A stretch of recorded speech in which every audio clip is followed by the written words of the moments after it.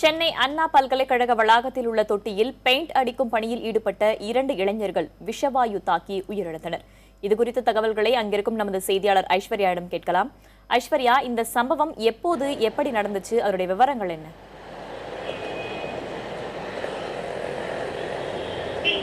வேதவள்ளி, சென்னை அண்ணா பல்கலைக்கழகத்தில் பின்புறம் சூரிய சக்தி மூலம் மின்சாரம் எடுக்கும் திட்டத்திற்கான கட்டுமான பணிகள் நடைபெற்று வருகிறது. அந்த திட்டத்திற்கான சோலார் ஏர் கம்ப்ரெஷன் என சொல்லும் கருவிகளை பொருத்தும் தொட்டிக்குள் பெயிண்ட் அடிக்கும் பணியில் நேற்று அம்பத்தூரை சேர்ந்த தீபன் மற்றும் ஐயப்பாக்கத்தை சேர்ந்த ரமேஷ் சங்கர் ஆகிய 2 இளைஞர்கள் ஈடுபட்டிருந்தனர். அப்போது எதிர்பாராத விதமாக அந்த பெயிண்டில் இருந்து வெளியான அந்த விஷவாயு தாக்கி இருவரும் மயங்கி விழுந்ததாக சொல்லப்படுகிறது. மயங்கி விழுந்த இருவரையும் மீட்டு ராயப்பேட்டை அரசு மருத்துவமனையில் அனுமதித்திருந்தனர். ஆனால் நேற்று இரவு சிகிச்சை பலனின்றி இருவரும் உயிரிழந்தனர். வேதவள்ளி, ஐஸ்வர்யா, இந்த உயிரிழந்த இளைஞர்கள் யார்? இந்த சம்பவம் பற்றி அவர்களுடைய உறவினர்களுக்கு தெரிவிக்கப்பட்டிருக்கிறதா? அது பற்றி விரிவாக சொல்லுங்கள்.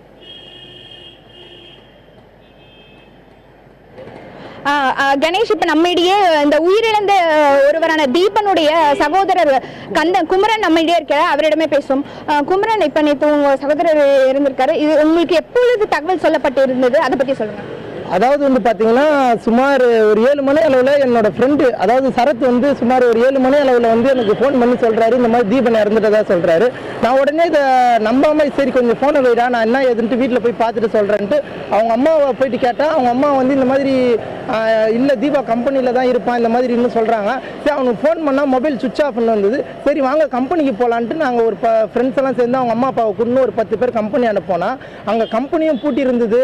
கம்பெனியோட இதுவும் வந்து நம்பரும், ஓனரோட நம்பரும் இல்லை. ஓனரோட நம்பரை கஷ்டப்பட்டு தேடி கண்டுபிடிச்சா அந்த ஓனருக்கு ஃபோன் பண்ணால் 2 ஓனரும் வந்து மொபைலை வந்து சுவிட்ச் ஆஃப் பண்ணிட்டு இருக்காங்க. நாங்கள் உடனே வந்து அங்கேருந்து அவனோட கூட வேலை செஞ்சவங்களோட ஃப்ரெண்டு வந்தான். அவனை கூப்பிட்டு கேட்டதில் இந்த மாதிரி வந்து, ஆமாங்க அண்ணா யூனிவர்சிட்டியில் நாங்கள் வேலைக்கு அமைச்சோம், அங்கே போன இடத்துல இந்த மாதிரி வந்து தீபா வந்து இறந்துட்டதா சொல்கிறாங்க. நாங்கள் வந்து என்ன பண்ணுறதுன்னு தெரியாமல் நாங்கள் கம்பெனியை பூட்டின்னு இப்போ வெளியே வந்துட்டோம் அப்படின்னு சொன்னாங்க. நாங்கள் உடனே வந்து ராயப்பேட்டை மருத்துவமனை போயிட்டு தீபனோட வந்து அந்த போஸ்ட்மார்ட்டம் ரூமில் போயிட்டு பார்த்தோம். இது இப்போ நடந்த வரைக்கும் பார்த்தீங்கன்னா, அந்த ஓனர் எந்த ஒரு ரெஸ்பான்ஸும் பண்ணாமல், ஃபோன் பண்ணால் எடுக்காமல், இந்த மாதிரியான தவறான செயல்களில் ஈடுபட்டு. தீபன் என்ன வேலை செஞ்சுட்டு இருந்தாரு, அதை பற்றி சொல்லுங்க. அவரோட வேலை பார்த்தீங்கன்னா வந்து ஜஸ்ட் ரப்பர் மோல்டிங் மட்டும்தான். ரப்பரை வந்து அந்த ஈட்டில் வந்து ஒரு 10 நிமிஷம் கழித்து அதை எடுத்தால் ஒரு ஜாப் மாதிரி வரும். அந்த ஜாப்பை கொடுக்கறது மட்டும்தான் தீபனோட வேலை. என்னை பொறுத்த வரைக்கும் தீபாவோட வேலை இது கிடையாது. இது போயிட்டு பண்ண வேண்டிய அவசியமும் அவனுக்கு கிடையாது. ஏதோ தவறுதலாக வந்து அவனாண்ட ஆசை வாரத்துக்கு 500 தரேன் 1000 தரேன்னு அவனை சொல்லி அனுப்பி தான் இந்த மாதிரி அவனை பண்ணியிருக்காங்க. அவனுக்கு இப்போ தான் வந்து சுமார் 2.5 வருஷத்துக்கு முன்னாடி தான் அவனுக்கு கல்யாணம் ஆயிடுச்சு. கல்யாணம் ஆகி சுமார் 8 மாதங்களாக அவனுக்கு குழந்தையே இல்லை. குழந்தை இல்லாமல் இப்போ தான் வந்து அவனுக்கு குழந்தை பிறந்து 15 நாள்லேருந்து 20 நாளுக்குள்ளே தான் ஆகுது. இப்போ அவனுக்கு குழந்தை பிறந்து 20 நாள் தான் ஆகுது. இந்த 20 நாளில் அந்த குழந்தை என்ன பண்ணோம், அவங்க பொண்டாட்டி இன்னும் இன்ஃபர்மேஷனே கொடுக்கல. யாருமே போயிட்டு இன்னும் புருஷன் செத்துட்டான்னு சொல்கிறதுக்கு யாருக்கும் அங்கே சக்தி இல்லை. அந்த பொண்ணு என்ன பண்ண போகுதுன்னு யாருக்குமே தெரியல. இப்போ அவங்க அம்மா அப்பா அங்கே வந்து ஊரே அழுதுன்னு இருக்குது. இப்போ என்ன பண்ணுறதுன்னு தெரில. இந்த மாதிரி வந்து இந்த தொழிலாளிங்க வந்து இந்த மாதிரி 100ல் 50% இப்படி வேலை செய்கிறவங்க தான். போயிட்டு தொட்டி டேங்கில் இறங்கி வேலை செய்கிறவங்களும், போயிட்டு இந்த மாதிரி வந்து கழிவு நீரில் வேலை செய்கிறவங்களும் தான் 50% பேர் இருக்காங்க. இந்த அதாவது கணேஷ், இவர் சொன்னது போலவே தீபன் வந்து அவர் வந்து வேறொரு பணியை சென்றிருந்ததும், இந்த விபத்தில் இருந்த மற்றொரு ரமேஷ்குமார் அவரோட தந்தை சொல்லும் போது கூட அவர் கடந்த 3 மாதங்களுக்கு முன்னரே இந்த பணியில் சேர்ந்ததாகவும், போதுமான பாதுகாப்பு வசதிகள் இல்லாததாலே இந்த விபத்து ஏற்பட்டதாக இவர்கள், அதாவது இறந்த பெற்றோர்கள், அவருடைய உறவினர்கள் வந்து குற்றச்சாட்டை முன்வைக்கின்றனர். கணேஷ், ஐஸ்வர்யா, தொடர்ந்து உங்களுடைய தகவல்களை பதிவு செய்வதற்கு முன்பாக தற்போது நம்முடன் தொலைபேசி இணைப்பில் சமூக ஆர்வலர் பாடம் நாராயணன் வந்திருக்கிறார். அவரிடம் பேசலாம். வணக்கம் திரு பாடம் நாராயணன். இந்த சம்பவங்கள் தொடர்கதையாகவே இருக்கின்றன. 1 மாதத்திற்கு முன்பாக தான் NLC-ல இதே மாதிரி ஒரு சம்பவம் நடந்தது. தொழிலாளர்கள் இறந்து போனார்கள். தற்போது மீண்டும் அண்ணா யூனிவர்சிட்டி வளாகத்தில் இருக்கக்கூடிய அந்த காற்றிலிருந்து மின்சாரம் தயாரிக்கும் தொட்டிக்கு பெயிண்ட் அடித்த போது இந்த ஒரு சம்பவம் நிகழ்ந்திருக்கிறது. இது பற்றி என்ன சொல்ல விரும்புகிறீர்கள்? இது தொடர்கதையாகி வருவது நீங்கள் எப்படி பார்க்கிறீர்கள்? பொதுவாக பாத்தீங்கன்னா, கடந்த பல ஆண்டுகளாகவே இந்தியாவில், குறிப்பாக தமிழகத்துல அதிகமாக அமைப்பு சாரா தொழிலாளர்களுக்கு எந்த ஒரு பாதுகாப்பும் இல்லாம இருக்கிறது. எல்லாமே இன்னைக்கு வந்து ஒப்பந்த முறையில தான் எல்லா வேலைகளுமே நடக்கிறது. கான்ட்ராக்டர் கீழே சப் கான்ட்ராக்டர் இப்படிதான் போயிட்டு இருக்கு. அப்படி அதோடு நம்ம தொழிலாளர் நலத்துறை வந்து சரியாகவே செயல்படுவதில்லை. அப்படி இருக்கிற சூழல்ல வந்து இன்றைக்கு இந்த தொழிலாளர்கள் இந்த மாதிரி கட்டட தொழிலாளர் இருந்தாலும் சரி, இல்ல இந்த மாதிரியான கழிவுநீர் தொட்டி சுத்தம் செய்யறதா இருந்தாலும் சரி, இல்ல நீங்க சொல்ற மாதிரி பெயிண்டிங் வேலையா இருந்தாலும் சரி, ஏதாவது விபத்து ஏற்பட்டு இறந்து கொண்டு இருப்பது தொடர்கதையாக இருக்கிறது. மிக அதிகமான எண்ணிக்கையில வந்து இன்றைக்கு இந்த மாதிரியான இறப்புகள் ஏற்பட்டு இருக்கிறது. இறப்புகள் ஏற்படலைன்னா கூட அவங்களுக்கு உடலுக்கு வந்து பல்வேறு உபாதைகள் ஏற்படுது. இதெல்லாம் ஒழுங்கா டாக்குமெண்ட் பண்றதில்லை, நம்ம வந்து சரியாக யாருமே வந்து ஆவணப்படுத்துவதில்லை. இதுல பாத்தீங்கன்னா வட மாநிலத்திலிருந்து வர்ற தொழிலாளர்கள் இன்னும் அதிகமாக பாதிக்கப்படுறாங்க. இந்த ஊர்ல உள்ளவங்களாவது ஏதாவது இந்த மாதிரி குரல் கொடுக்க முடிகின்றது, அவர்கள் வந்து சாலை மறியல் செய்ய முடியுது, இல்ல போய் முறையிட முடியுது. வட மாநிலத்திலிருந்து வரவர்களுக்கு அது கூட இல்லாத ஒரு சூழல் இன்றைக்கு இருக்கிறது. எங்கேயுமே வந்து பாத்தீங்கன்னா தொழிலாளர்களுக்கு அடிப்படை வசதிகள் செய்து கொடுப்பதில்லை, சூப்பர்விஷனே இல்ல. இப்போ வந்து தரமா இந்த மாதிரியான நீங்க சொல்ற வேலையை வந்து பாத்தீங்கன்னா ஒரு பெரிய தொட்டிக்குள்ள இறங்கி பண்ணிருக்காங்கன்னா 2 பிரச்சனைகள் இருக்கு. இந்த மாதிரி கன்ஃபைன்டு ஸ்பேசஸ் சொல்லுவாங்க. இந்த மாதிரியான இடங்களுக்குள்ள போகும்போது ஒன்று வந்து பிராணவாயு ஆக்சிஜன் வந்து ரொம்ப குறைஞ்ச அளவுல இருக்கும். கிணறுக்குள்ள இல்ல இந்த மாதிரி தொட்டிக்குள்ள போகும்போது ஆக்சிஜன் ரொம்ப குறைச்சலா இருக்கும். அதோட இவங்க ரப்பரை எரிச்சிருக்காங்களோ இல்ல பெயிண்டிங் ஏதாவது பயன்படுற போது அது வந்து கெமிக்கல் இருக்குது, அதுவும் வந்து ஒரு வினை செய்து அந்த இடத்துல உள்ள ஆக்சிஜனை இன்னும் குறைச்சிரும். அப்படி குறைக்கிற போது என்ன ஆகுன்னா, நீங்க சொல்ற போது உடனடியாக அவங்க வந்து அவங்களுடைய மூளை வேலை செய்யாது, மயங்கி விழுந்துருவாங்க.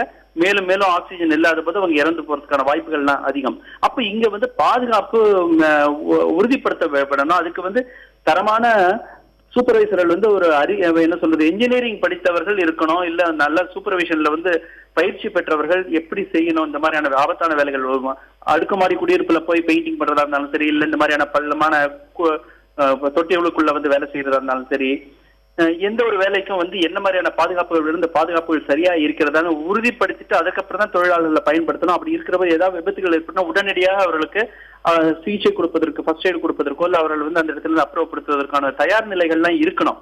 அப்படி செய்யும் பொழுது பாத்தீங்கன்னா, நேற்று உங்களுக்கு தெரிஞ்சிருக்கும், ஒரு பைப்பு வெடிகுண்டு இருந்த போது எந்த அளவுக்கு பாதுகாப்பு எடுத்து அந்த பைப்பு வெடிகுண்டை அகற்றுவதற்கு எவ்வளவு உஷார் நிலையில இருந்து செய்தாங்கன்னு பார்த்தோம். காவலர் வந்து பைப்பு வெடிகுண்டை வந்து சேலம் மாவட்டத்துல எங்கேயோ எடுத்திருக்காங்க. அப்ப இதே மாதிரியான ஒரு பாதுகாப்பு, உச்சக்கட்ட பாதுகாப்பு உணர்வுடன் தான் எந்த ஒரு வேலையிலையும் வந்து ஒப்பந்த தொழிலாளர்களை வந்து பயன்படுத்தணும்ன்றதை வந்து உறுதிப்படுத்தணும். இதுல வந்து எல்லோருமே அலட்சிய போக்கவர்கள், குறிப்பாக வந்து நம்மளுடைய தொழிலாளர் நலத்துறை வந்து இந்த மாதிரியான விஷயங்கள்ல வந்து தொடர்ந்து தொழிலாளர்கள் பாதுகாப்பை வந்து நம்ம வந்து தொடர்ந்து ஸ்பெஷல் எக்கனாமிக் ஜோன்ல இருந்து ஆரம்பிச்சு பல விஷயங்களுக்கு வந்து இன்றைக்கு எல்லா விஷயத்தையுமே ஒப்பந்த தொழிலாளர்களை கொடுத்து அரசு வந்து தன்னுடைய கடமையிலிருந்து தவறி கொண்டே இருக்கிறது. இதனாலதான் பெரிய அளவில் இந்த மாதிரியான பாதிப்புகள் ஏற்படுகிறது. இவர்களுக்கு பெரிய அளவுக்கு நஷ்ட ஈடு கிடைக்காது. இந்த மாதிரி ஊடகங்கள்ல வர்ற போது மட்டும் ஒரு போராட்டம் செய்து வாங்க முடியுமே தவிர பலருக்கு வந்து முறையான நஷ்ட ஈடுகளும் கிடைக்கிறது இல்லை. அதனால நம்ம வந்து தொழிலாளர் நலத்துறை வந்து இந்த மாதிரியான பாதுகாப்பை உறுதிப்படுத்தும் விதமாக சட்ட திருத்தங்களை கொண்டு வர வேண்டி இருக்கிறது. எல்லா ஒப்பந்தக்காரர்களுக்கும் வந்து ஒப்பந்தம் கொடுப்பதற்கு முன்னால தொழிலாளர்கள் நலனை பாதுகாக்கும் நடவடிக்கைகள் எல்லாம் இருக்கிறதா என்று கையெழுத்து வாங்கிவிட்டு அதை உறுதி செய்ததுக்கு அப்புறம் தான் அந்த வேலையை கொடுக்கணும். அது அண்ணா பல்கலைக்கழகமா இருந்தாலும் சரி, ரயில்வே துறையா இருந்தாலும் சரி, என்எல்சி நிர்வாகமா இருந்தாலும் சரி, இல்ல ஏதாவது குடிசை மாற்று வாரியமா இருந்தாலும் சரி, யாரா இருந்தாலும் அப்படிதான் செய்யணும். தனியாரா இருந்தாலும் சரி, அரசா இருந்தாலும் சரி, இதெல்லாம் உறுதிப்படுத்தும் பொழுதுதான் இந்த மாதிரியான இறப்புகள் ஏற்படுவதை தடுக்க முடியும். நீங்கள் குறிப்பிட்டதை போல தொழிலாளர் நலத்துறை இதற்கு கண்டிப்பான சில நடவடிக்கைகளை எடுக்க வேண்டிய தருணத்தில் இருக்கிறோம். ஏனென்றால் நீங்கள் குறிப்பிட்டதை போலவே இது தொடர்கதையாகி வருகிறது. அமைப்பு சாரா தொழிலாளர்களின் பாதுகாப்பு குறித்து சில கடுமையான நடவடிக்கைகளை மேற்கொள்ள வேண்டிய கட்டாயத்தில் இருக்கிறோம் என்பதை ஒப்புக்கொள்ளத்தான் வேண்டும். உங்களுடைய தகவல்களுக்கும் கருத்துக்களுக்கும் நன்றி. அடுத்தபடியாக அருந்தமிழர் விடுதலை இயக்கத்தின் ஜக்கையன் தற்போது நம்முடன் தொலைபேசி இணைப்பில் இருக்கிறார். அவரிடம் பேசலாம். சார், இதற்கு முன்பாக பாடம் நாராயணன் அவர்கள் சொன்னதை போல இது தொடர்கதையாகி வருகிறது. என்எல்சியில் நடந்தது, தற்போது அண்ணா பல்கலைக்கழக வளாகத்தில் நடந்திருக்கிறது. நீங்கள் என்ன சொல்ல விரும்புகிறீர்கள்? இதற்கு யார் பொறுப்பேற்க வேண்டும்? இதற்கு பொறுப்பு என்பது பொதுவாக தனிநபர்களுடைய வீடுகளில் இது போன்ற படுகொலைகள் நடக்கும் பொழுது அதை தனிநபர்களை அரசு குற்றப்படுத்துகிறது. அவர்கள்தான் இதற்கு காரணம் என்று கூறி அவர்கள் மீது முதல் தகவல் அறிக்கை நடவடிக்கை எல்லாம் பாய்கிறது. ஆனால் நீங்கள் சமீப காலமாக என்எல்சி, அதே போன்று இப்பொழுது அண்ணா பல்கலைக்கழகம், இது போன்ற அரசு துறை நிறுவனங்களிலேயே இந்த இதை போன்ற தொடர் படுகொலைகள் நிகழ்கிறது என்று சொன்னால் அரசு இதற்கு எந்த விதமான நடவடிக்கையும் எடுக்காமல், இதற்கு பொறுப்பும் ஏற்காமல் தன்னுடைய கடமையிலிருந்து அரசு தொடர்ந்து நழுவிக்கொண்டே இருக்கிறது என்றுதான் நாங்கள் பார்க்கிறோம்.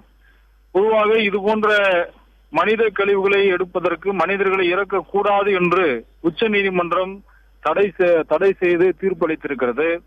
அதே போன்று மத்திய அரசினுடைய சட்டமும் இதற்கான தனிப்பட்ட குறிப்பிட்ட சட்டம் என்பதும் இருக்கிறது. சட்டத்தை மீறி, நீதிமன்ற தீர்ப்பை மீறி தனிநபர்களை குற்றப்படுத்துகின்ற அரசே இது போன்ற நடவடிக்கைகளை, இது போன்ற குற்றங்களை செய்யும் பொழுது அதற்கு காரணமாக இருக்கின்ற அரசு நிர்வாகத்தில் இருக்கின்ற மத்திய அரசினுடைய பிரதம அமைச்சர் நரேந்திர மோடி அவர்களையும் மாநிலத்தில் இருக்கின்ற தமிழக முதலமைச்சர் அவர்கள் தான் இதற்கு பொறுப்பேற்க வேண்டும். ஏனென்று சொன்னால் இது ஏதோ ஒன்று இரண்டு எப்போதாவது நடக்கின்ற ஒரு விஷயம் அல்ல, தொடர்ந்து நடந்து கொண்டே இருக்கிறது. பல்வேறு விஷயங்களுக்கு தமிழக முதல்வர் அக்கறை காட்டுகிறார். சமீபத்தில் ஒரு காவல்துறை அதிகாரி அவருடைய படுகொலைக்கு கூட 1 கோடி ரூபாய் இன்றைக்கு அறிவிக்கப்பட்டிருக்கிறது. ஆனால் இது போன்ற துப்புரவு பணியாளருடைய மரணங்களை குறைந்தபட்சம் இரங்கல் கூட தெரிவிக்காத ஒரு நிலைதான் தமிழகத்தில் நீடிக்கிறது. ஆக துப்புரவு பணியாளருடைய உயிரை ஒரு உயிராக கருதாமல், துப்புரவு பணியாளருடைய அந்த மனித மாண்பை மதிக்காமல் தொடர்ந்து மத்திய மாநில அரசுகள் நடக்கிறது என்பதற்கு உதாரணமாகத்தான் இது போன்ற சம்பவங்களை நாங்கள் பார்க்கிறோம். இது விபத்து என்று நாம் கருத முடியாது. இதை ஒரு படுகொலையாக தான் நாங்கள் ஆதித்தமிழர் கட்சி இதை ஒரு படுகொலையாகத்தான் நாங்கள் பார்க்கிறோம். நன்றி திரு ஜெக்லின். நீங்கள் இதை துப்புரவு தொழிலாளர்கள் அப்படின்னு நீங்க சொல்லியிருந்தாலும் கூட, ஆனால் லார்ஜர் நோட் இதை அமைப்பு சாரா தொழிலாளர்களுக்கான பாதுகாப்பு என்று நாம் கருத வேண்டும் என்று இந்த தருணத்தில் பதிவு செய்ய விரும்புகிறோம். தொடர்ந்து சமூக ஆர்வலர் திரு அருள் தற்போது நம்முடன் தொலைபேசி இணைப்பில் இருக்கிறார். அவரிடம் பேசலாம். அருள், காற்றிலிருந்து மின்சாரம் தயாரிக்கும் தொட்டிக்கு பெயிண்ட் அடித்த போது 2 தொழிலாளர்கள் பலியாகி இருக்கிறார்கள். இது பற்றி நீங்க என்ன சொல்ல விரும்புகிறீர்கள், உங்களுடைய கருத்து? பெரும்பாலும் ஒரு குறுகிய பாதையில் உள்ளே சென்று ஒரு தொட்டிக்குள்ள போகல, ஒரு வழியோ 2 வழியோ மட்டும் இருந்தால் அதை நாங்கள் கன்ஃபைன்ட் ஸ்பேஸ் என்று சேஃப்டி லாங்குவேஜ்ல பேசுறோம் சார். இந்த மாதிரி ஒரு கன்ஃபைன்ட் ஸ்பேஸுக்குள்ள ஒரு ஒர்க்கர் உள்ள போறதுக்கு முன்னாடி சில பிரிகாஷன்ஸ் எடுக்க சொல்லி இந்தியன் ஃபேக்டரி ஆக்ட்லேயே சொல்லியிருக்காங்க. ஒன்று, அதுல போதுமான அளவுக்கு ஆக்சிஜன் இருக்கா என்று பார்க்க வேண்டும். போதுமான அளவு என்ற ஆக்சிஜன் என்றால் என்ன? நமக்கு நார்மலா கிடைக்கிற ஆக்சிஜன் 21%. அந்த 21% நமக்கு கிடைக்காமல் போச்சுன்னா 19.5% கட்டாயமாக இருக்க வேண்டும். அதற்கு மேல் ஆக்சிஜன் இருந்தால்தான் அதற்குள் ஒரு ஒர்க்கரோ யாரோ ஒரு தொழிலாளியோ இறங்கி வேலை செய்ய வேண்டும் என்று ரூல் சொல்லுகிறது. 1. 2, இந்த கழிவு இந்த உள்ள போகக்கூடிய தொட்டிக்குள்ள இருக்கக்கூடிய அந்த இருக்கக்கூடிய அதுக்குள்ள இருக்கக்கூடிய பொருள் என்னன்னு பார்க்கணும் சார். இப்போ ஃபார் எக்ஸாம்பிள் கழிவுநீர் தொட்டிக்கு போறாங்க. அதுல கழிவுநீர் தொட்டியில கட்டாயமாக ஹைட்ரஜன் சல்பைடு உற்பத்தி ஆகும், மீத்தேன் உற்பத்தி ஆகும்.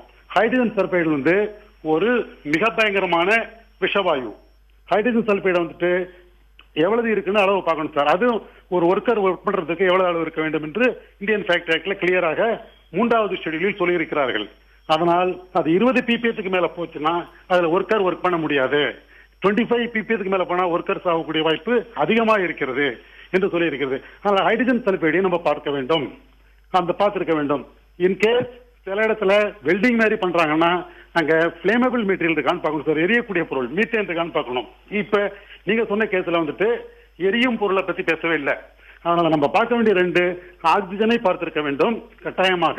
அது 19.5க்கு மேல இருந்திருந்தால் தான் மனிதர் உயிர் வாழ்ந்திருக்க முடியும். இல்லை என்றால் அவருக்கு டைம் செத்து இறந்து விடக்கூடிய வாய்ப்பு நிறைய இருக்கிறது. 2, ஹைட்ரஜன் சல்பைடு என்று ஒன்று அங்கு இருந்திருந்தாலும் அவர் இறந்து இருப்பார். சோ அதையும் பார்த்திருக்க வேண்டும். ஆக்சிஜனை பார்த்தாலே மற்ற விஷவாயுக்களை பற்றி நமக்கு ஐடியா கிடைத்துவிடும். சோ இதை பார்க்காமல் அவர்கள் செய்திருக்கலாம் என்பது என்னுடைய கணிப்பு.